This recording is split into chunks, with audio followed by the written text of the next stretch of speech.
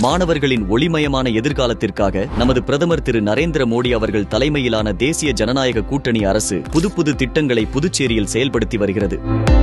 அதன்படி கல்விக்கான புதிய விடியலாக தேசிய கல்விக் கொள்கை மற்றும் CPSE பாடத்திட்டத்தை புதுச்சேரியில் உள்ள அனைத்து கல்வி நிறுவனங்களிலும் அமல்படுத்தியுள்ளது. இந்த சீரிய நடவடிக்கையின் மூலம் கல்வியில் புதிய அத்தியாயத்தை நமது புதுச்சேரி படைத்துள்ளது. இதனால் 9 அரசு மேல்நிலைப் பள்ளிகளும் 42 அரசு உயர்நிலைப் பள்ளிகளும் முதல் முறையாக 100% தேர்ச்சி என்ற மகத்தான சாதனையை பதிவு செய்துள்ளது. இது வெறும் தேர்ச்சி அல்ல, மாணவர்களின் எழுச்சி மற்றும் தரமான இலவச கல்வி வழங்கும் முயற்சிக்கான வெற்றி.